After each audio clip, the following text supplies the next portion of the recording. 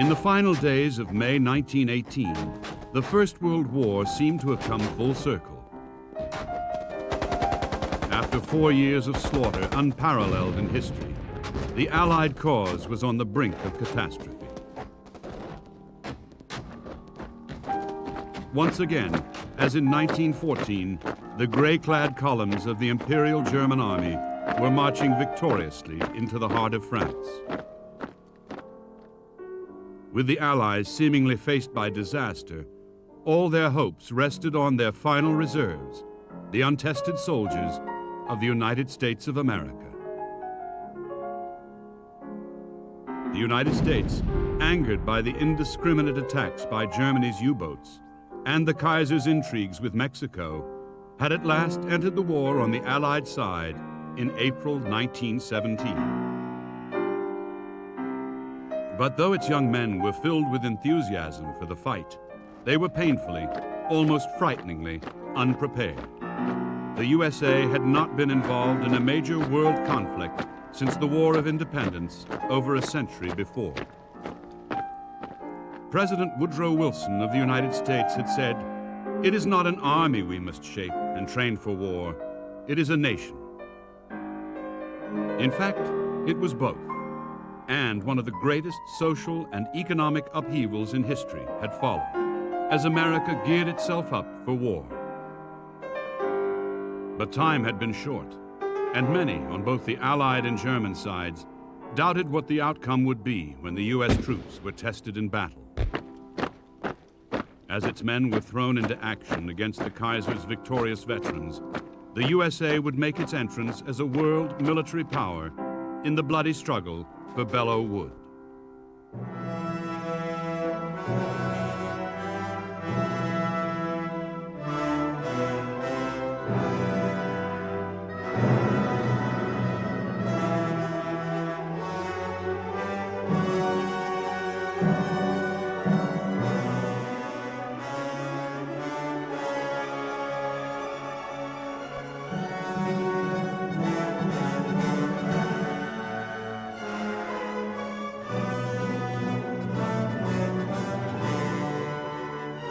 As the new year of 1918 dawned, Europe reeled under the effects of almost 4 years of the most terrible war in history. Nowhere had its impact been more devastating than on the Western Front. Here, for a length of almost 450 miles between the North Sea and the borders of Switzerland, the opposing trench lines snaked like an angry scar across Flanders and northern France. The Somme, Verdun, Passchendaele, and a dozen other bloody engagements had all failed to produce the elusive breakthrough dreamed of by the generals, and the deadly stalemate continued. The Allied powers had been bled white by the cost of the war. In Britain, foodstuffs and fuel were in short supply, and the deprived population would fall easy prey to the great influenza epidemic later in the year. In France, food was more plentiful, but scarcely a family had not lost one or more of its menfolk in the war. War weariness was everywhere.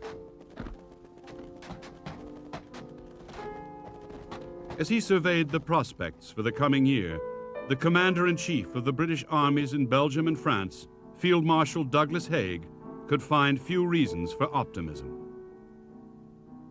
The British Prime Minister, David Lloyd George, fearful of the cost of more seemingly futile attacks on the Western Front, was denying Haig reinforcements.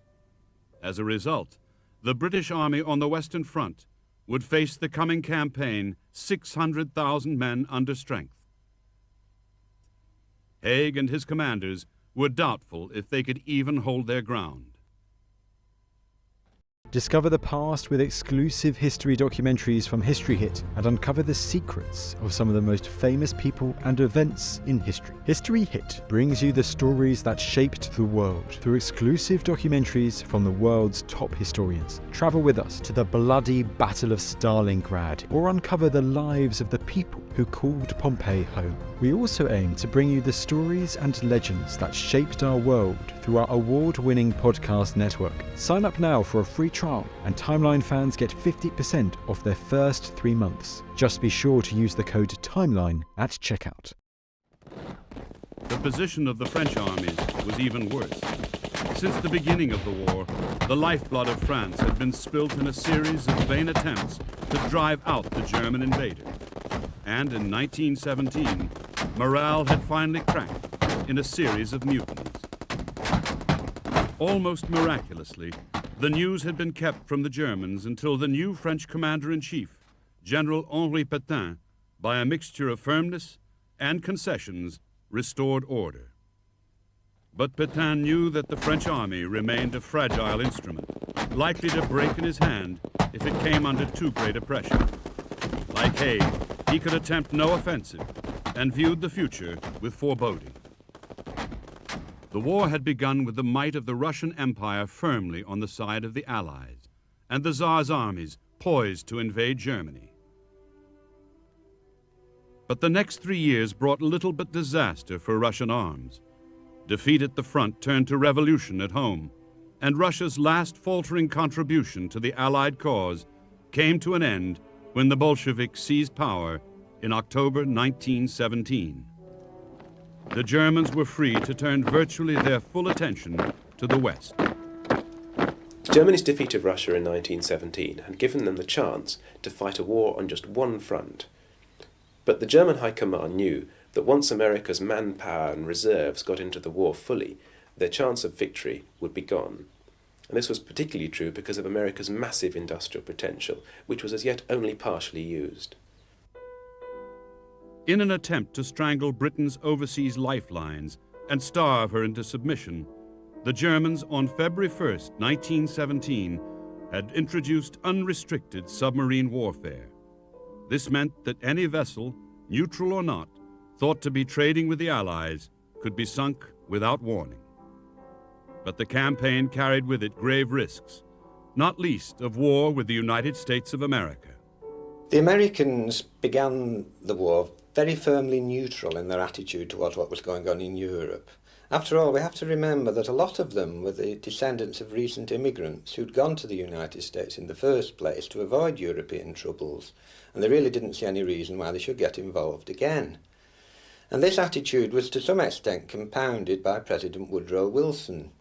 As head of state of the leading neutral nation in the world, he saw his role as a mediator. He hoped to bring about some sort of peaceful settlement between the combatants. The sinking of the liner Lusitania in 1915 and the death of a large number of American citizens was of crucial importance in changing American public opinion from being isolationist and anti-war to belief that something had to be done about German power at sea. In February 1917, the Germans renewed the U-boat campaign, and Wilson broke off diplomatic relations with Germany. We were now getting very near to a war situation, and the final straw came shortly afterwards with the infamous Zimmermann telegram. This had been carefully leaked to the Americans by British intelligence. And in the telegram, Zimmermann, the German foreign minister, had offered support to Mexico if she were to declare war on the United States in an attempt to recover her lost territories. Well, this proved the final straw, and in April 1917, the United States declared war on Germany. America's entry into the war did not at first greatly alarm the Germans. They thought that even if they succeeded in running the U-boat gauntlet, it would be many months before United States troops could reach France in significant numbers.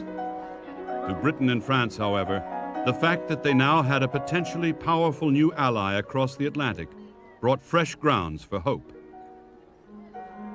The U-boats were tamed by increased ship production and the convoy system, and the first American troops disembarked in France in the autumn of 1918. The words of one of the first staff officers to come ashore, "Lafayette, we are here," recalled the contribution of France towards the United States' own fight for independence and were greeted with rapture by the listening crowd. The French and British military commanders were equally delighted by the prospect of being able to fill out their depleted ranks with thousands of young, fit American soldiers.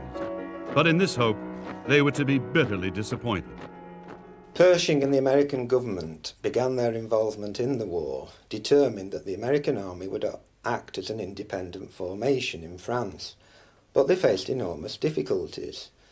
One was the problem of getting the troops across to France in the first place. There was a great deal of concern that the U-boats might hinder this operation, though in fact they didn't have very much effect. The other problem was equipping the troops once they got there. America had terrific industrial potential, but this was going to take quite some time to bring on stream. And in the interim, the American troops were going to have to depend almost entirely on Britain and France for equipment, and also for training in the realities of trench warfare. All of this was going to take a long time, and the question was, would Germany give them long enough to do it? The fundamental difference was that the Americans were fresh. Unlike the British and French, they hadn't been ground down throughout years of hard war, and they were keen, they wanted to do well, and they had lots of ideas as to what they were going to do. Unfortunately, because they were fresh, they lacked experience, and although they were willing to learn, it cost them a lot of time and a lot of lives before they realised what they should be doing. So the Allied commanders faced the prospect of having to continue the war at least until the summer of 1918 without significant American military help. The question asked by all was, could they hold out? The end of the war with Russia had released nearly 1 million German troops for use elsewhere. It was a glittering opportunity for the German High Command, headed by Field Marshal Paul von Hindenburg and his nominal deputy, Quartermaster General Erich Ludendorff. At first glance, Germany seemed to be in quite a favourable position at the beginning of 1918. Now, it's true that the U-boat offensive hadn't had the success that they'd been hoping for, but the German army had withstood some massive Allied offensives on the Western Front in the previous year. And even more importantly, Russia had now been knocked out of the war. Quite apart from anything else, this meant that Germany was no longer faced by the dreaded threat of a war on two fronts. But there's another factor which is often forgotten, and that's the effects of the Allied economic blockade. It's generally said, yes, that this did cause starvation, and as a result there were food riots in Germany and among our Allied countries as well. Now this is true, but a bigger effect was the fact that the supply of raw materials which the German war machine needed were cut off.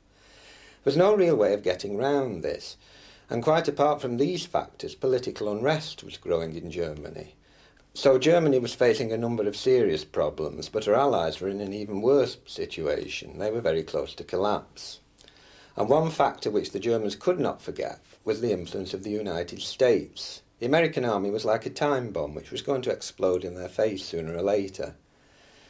So looking at the options which were open to them, the German High Command, which was now effectively running the country, decided they had to stake everything on one massive offensive in the Western Front. This must knock the Allies out before America could intervene in the war. Ludendorff's belief was that if the British army could be knocked out, France, bereft of her principal ally, would be forced to sue for peace. His first plan, therefore, was to launch a great offensive in Flanders, aimed at breaking through the British front, rolling up their line, and destroying them in detail. All through the winter and early spring, the troop trains moved westwards from the former Eastern Front, and feverish preparations and training continued for the offensive, in which Ludendorff said he was prepared to sacrifice 1 million lives to ensure a German victory.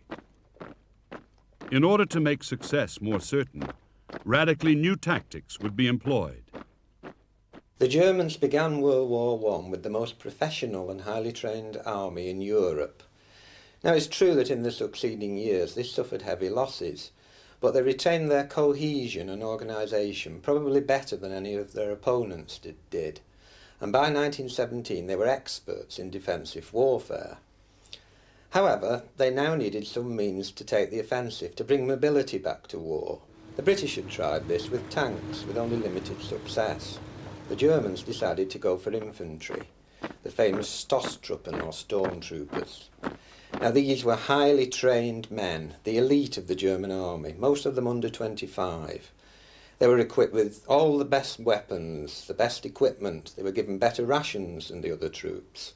They were armed with submachine guns, semi-automatic rifles, or the equivalent of in those days, grenades.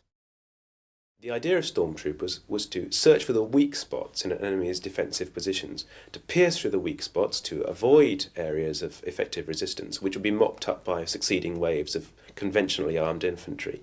But these tactics had some disadvantages. In the first place, the Germans lacked the resources adequately to supply the troops when they begun their advance. And another factor, which was to prove fatal in the end to Ludendorff's plans, was that they lacked the transport to move their men and guns quickly from one offensive site to another. This gave the Allies the breathing space they needed to recover between the successive offensives. And finally, and probably most fatally in the end, was the fact that the stormtroopers suffered enormous casualties, and these were irreplaceable losses of Germany's youngest and fittest men. When the Allies went over to the offensive later in the year, they were faced by second-rate German troops, mostly men in their 30s and 40s, who just could not withstand the impact of the massive assaults which the British, French and Americans were to deliver against them. Ludendorff's plan to strike in Flanders was thwarted by heavy mud. Instead, his gaze fell on the sector around St. Quentin, where the old battleground of the Somme was thinly held by the British Fifth Army, behind inadequate defenses. The Germans would break through, then swing north to roll up the entire British front.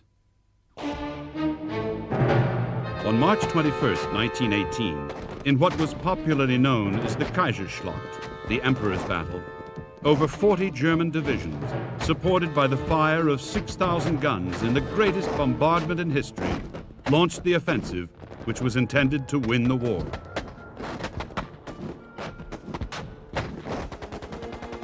Aided by early morning fog and surprise, they made the most sweeping gains achieved on the Western Front since 1914.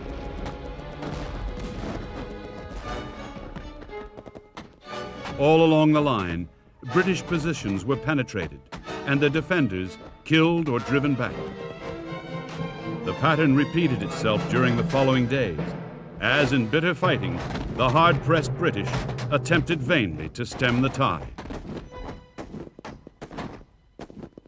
Yet gradually, the pace of the German advance slowed. Desperately, the British shifted units from quieter stretches of the front to plug the gap, while the French sent troops to take over other sectors. The Germans were encountering increasing difficulties in bringing up supplies and reinforcements across the devastated ground of former battlefields, while the opportunities of loot caused breakdowns of discipline among German soldiers for so long starved of luxuries. By the beginning of April, the German drive had lost its impetus.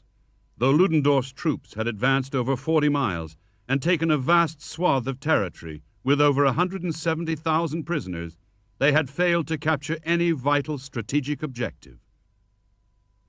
The British army, though battered, was still on its feet, while the Germans had suffered high losses among their irreplaceable storm troops. But Ludendorff believed that the British army had been fatally weakened. He resolved to strike again, this time in Flanders. Early on April 9th, once again aided by concealing fog, the German assault broke through the British lines in the valley of the River Lys.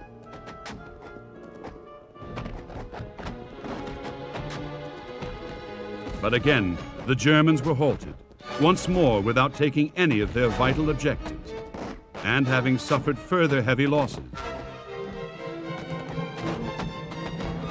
A German general admitted no great strategic movement had become possible, and the Channel ports had not been reached.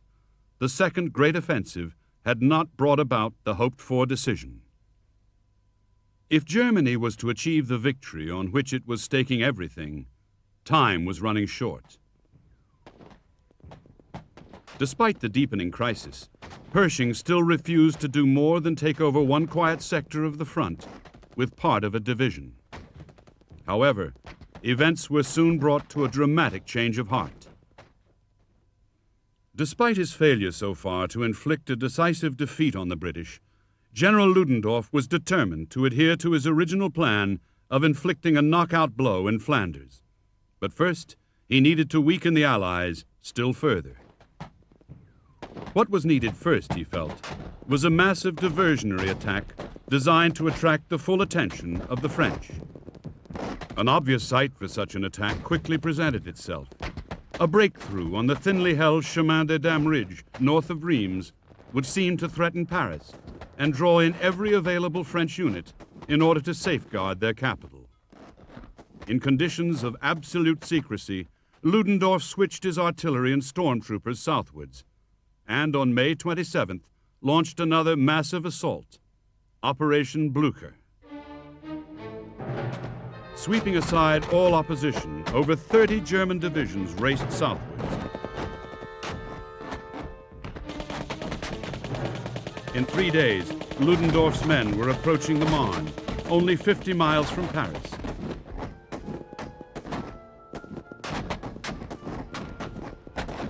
Dazzled by the lure of the French capital, and believing that its capture would end the war just as surely as a British defeat, Ludendorff threw caution to the winds and urged his weary troops on.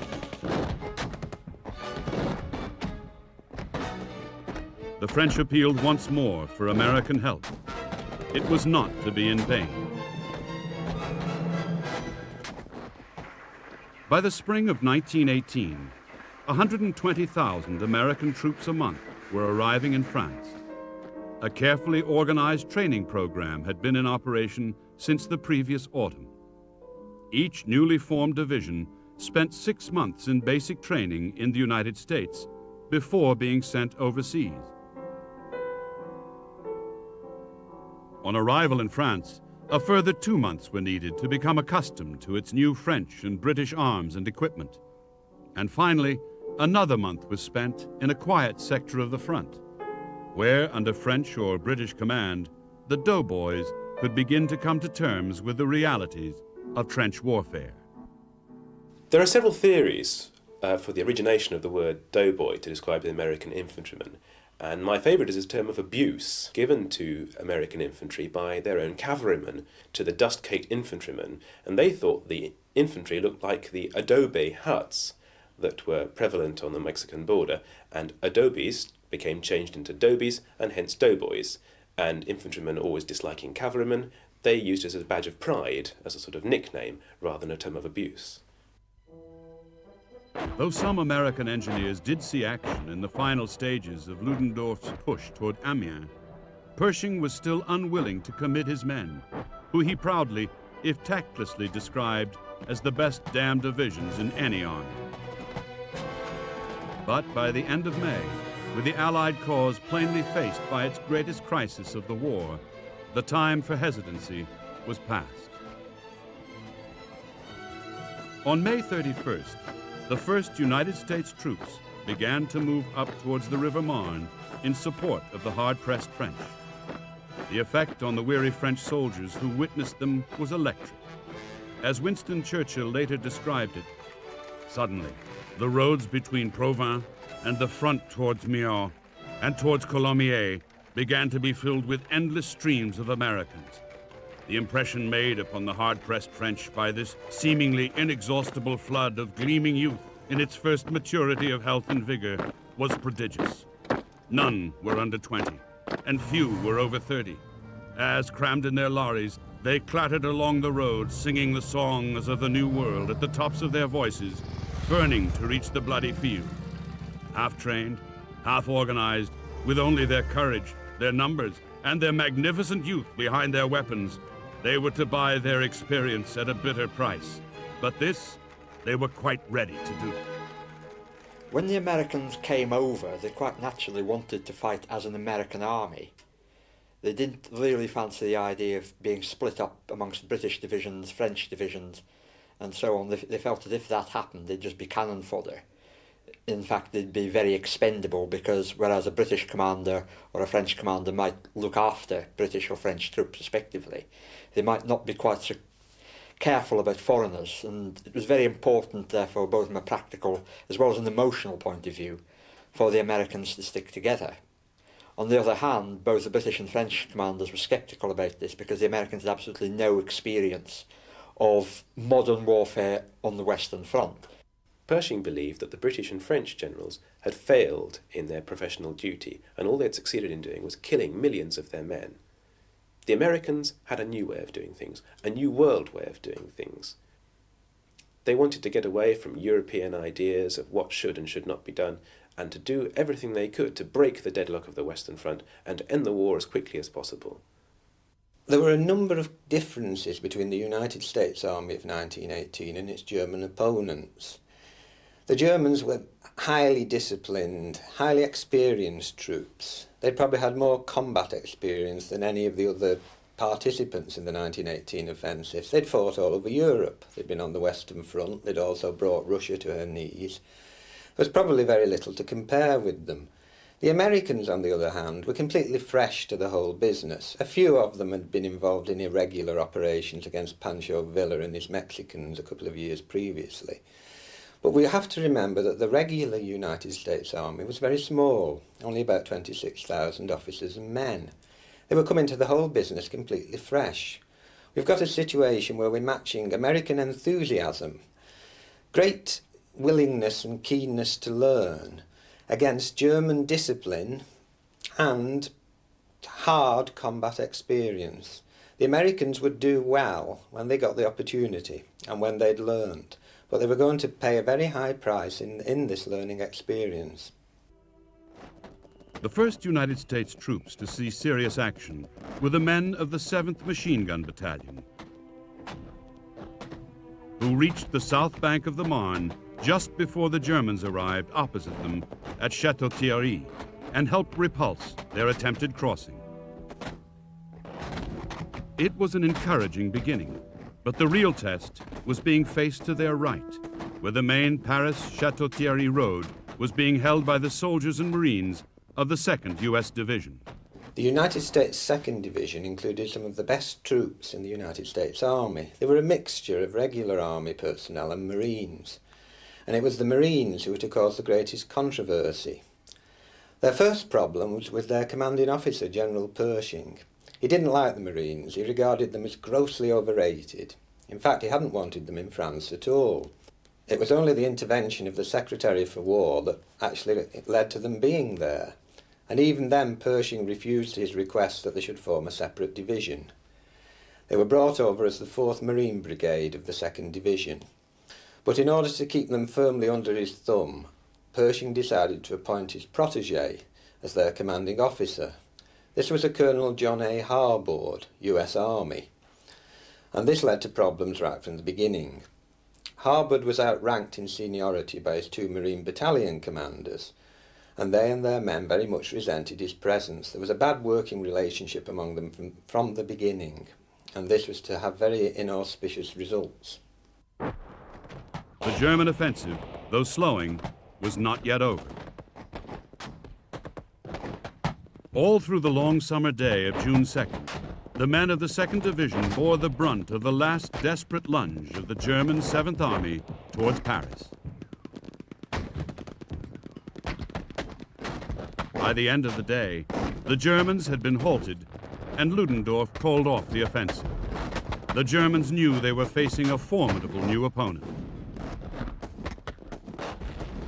Both sides were shaping up for a trial of strength, which would have much more than local significance.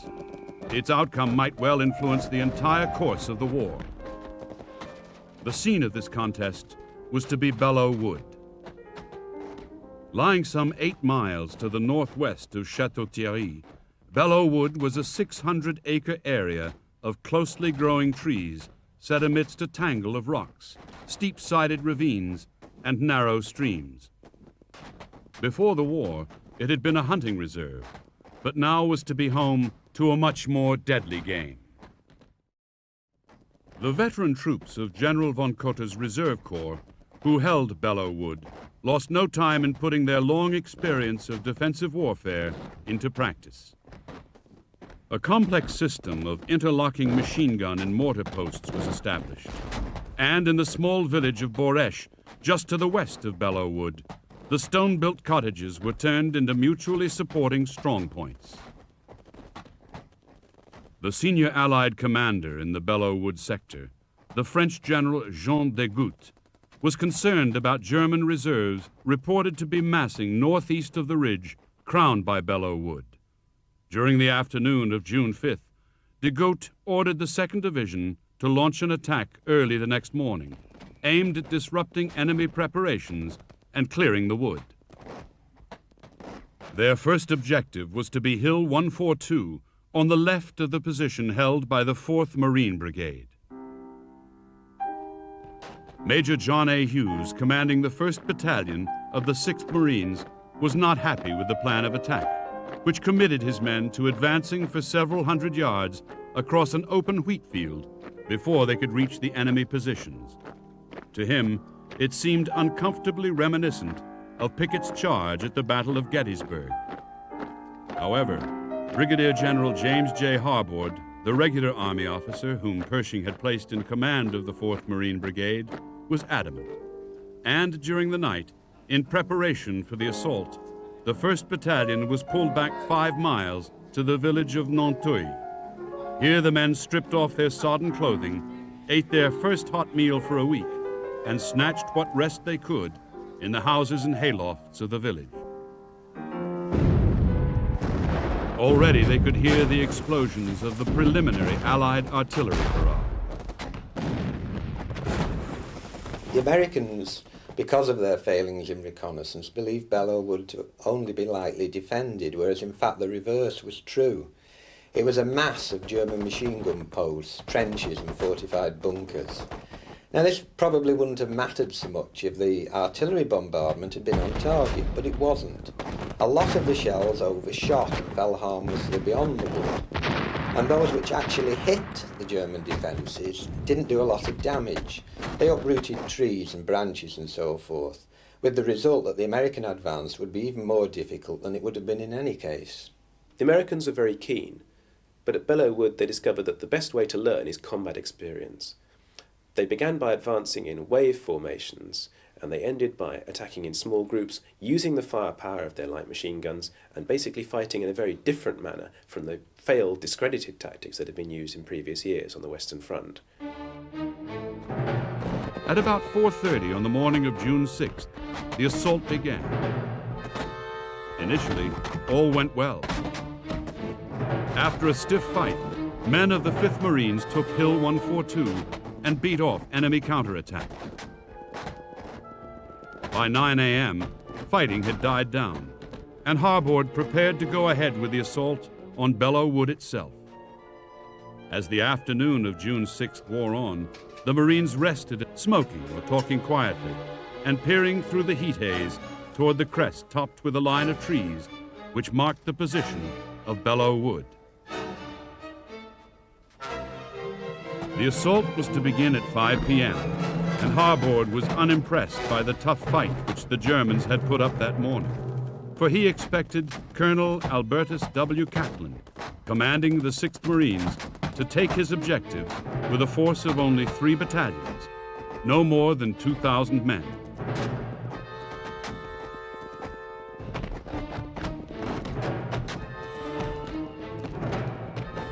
Much of the line of advance lay across open fields of green spring wheat, dotted with the scarlet of poppy.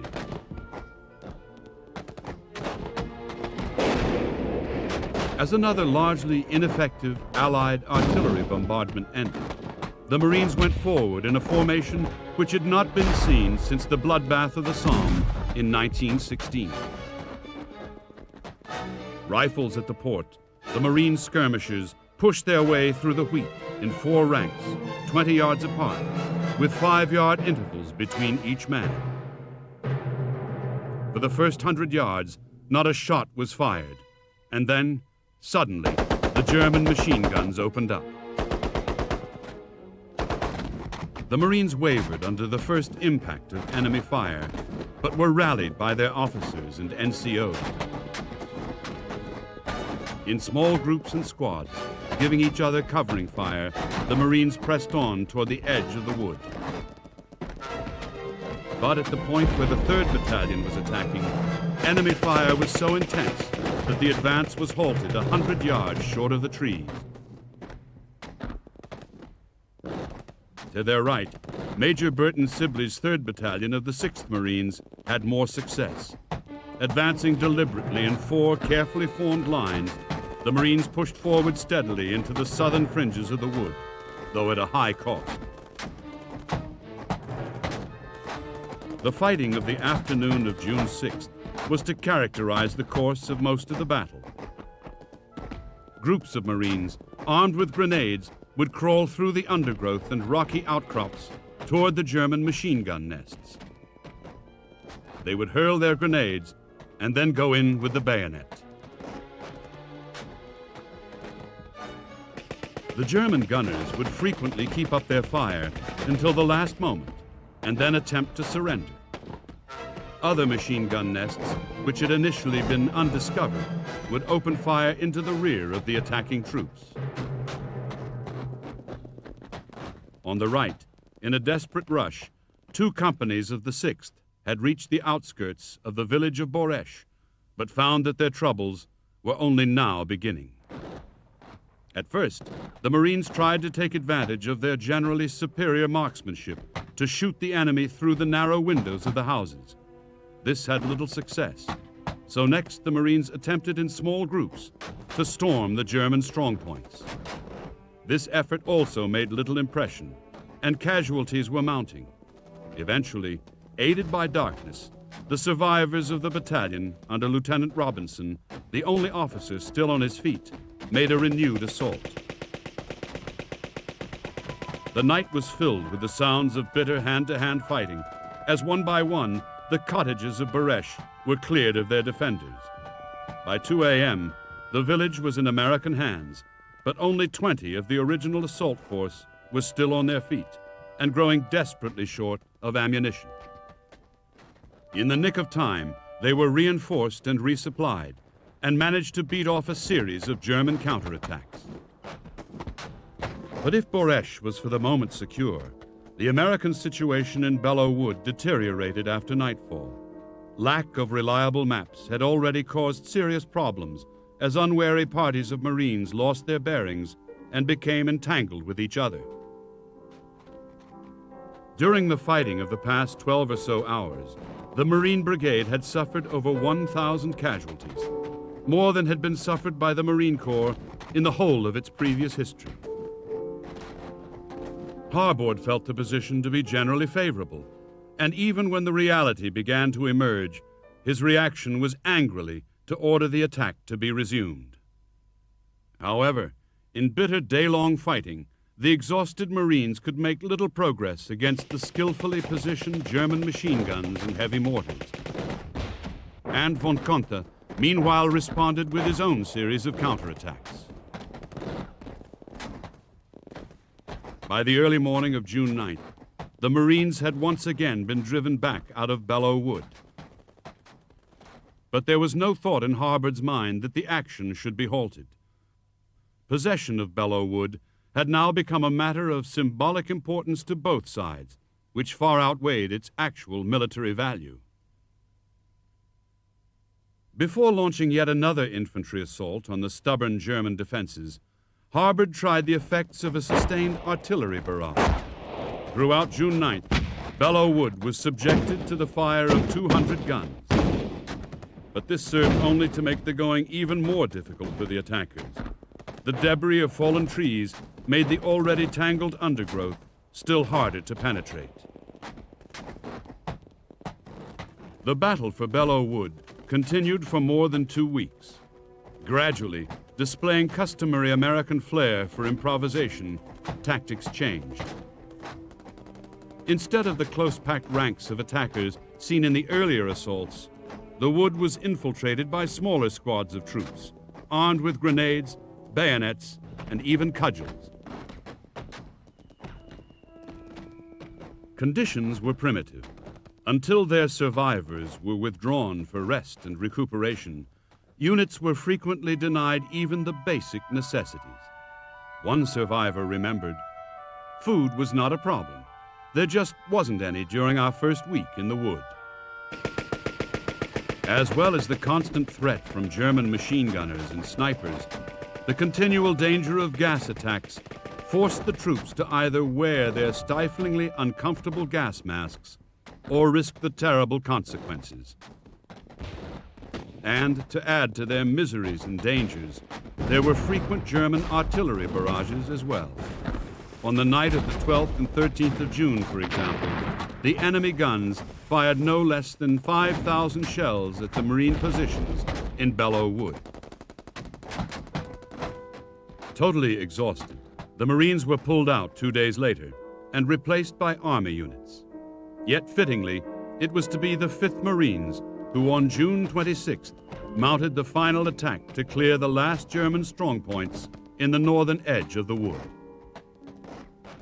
From first to last, the battle for Belleau Wood had cost the 4th U.S. Marine Brigade 5,711 casualties, including almost half of its officers and almost half of its original strength. German losses may have been even heavier. But at last, Harbord was able to report Belleau Wood now U.S. Marine Corps entirely, and the United States press could and did rejoice. Officially, possibly reflecting General Pershing's attitude towards the Marines, the significance of Belleau Wood tended to be played down. Most highly prized, however, was an official order of the day issued by the French General de Goutte, decreeing that Belleau Wood would henceforward be known in orders as the Wood of the Marines. Militarily, Belleau Wood wasn't any more significant than any number of similar divisional-level actions fought all through the First World War.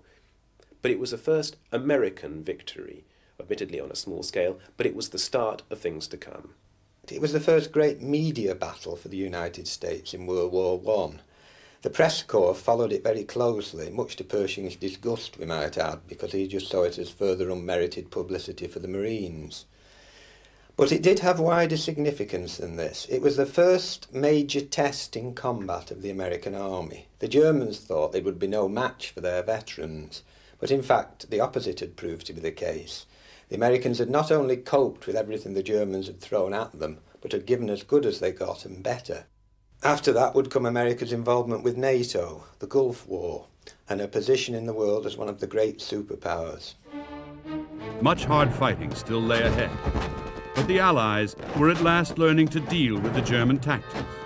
Both time and resources were running out for Germany. The initiative was passing to the Allies, and it was now their turn to take the offensive. Progress was steady, and as the days went by, more and more Allied troops went over to the attack. On August 8th, near Amiens, it was the turn of the British.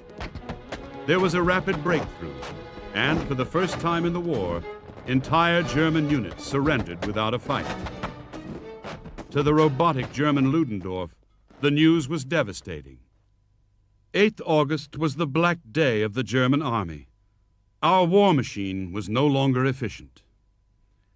Throughout August and September, the pace of the Allied advance quickened. An increasingly important part was played by the ever-increasing numbers of American troops.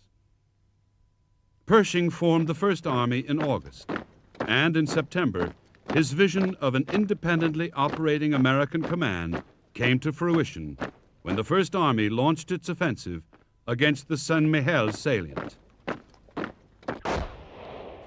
In the largest American military operation since the Civil War, and incorporating some of the lessons learned at Belleau Wood, the U.S. First Army cleared the salient in 4 days of fighting, taking 15,000 prisoners and 250 guns.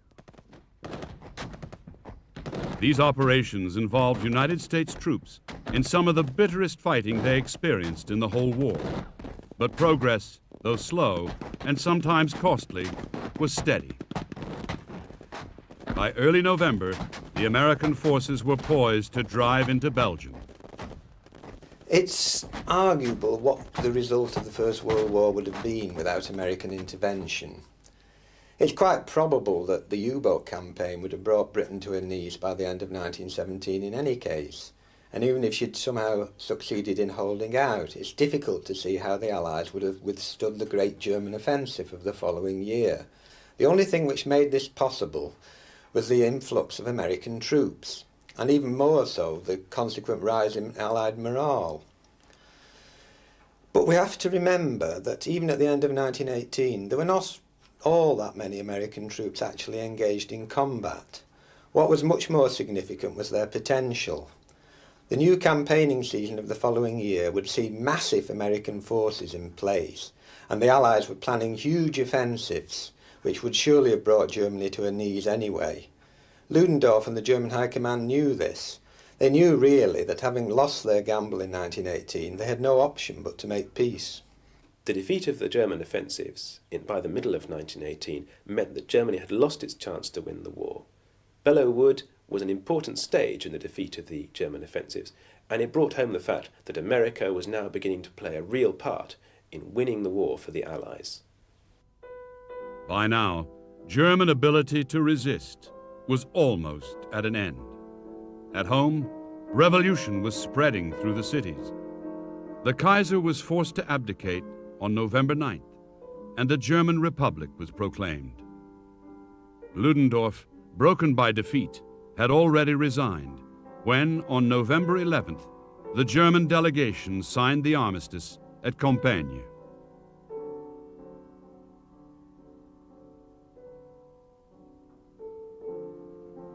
The war to end wars was over, and the United States had come of age as a world-class military power.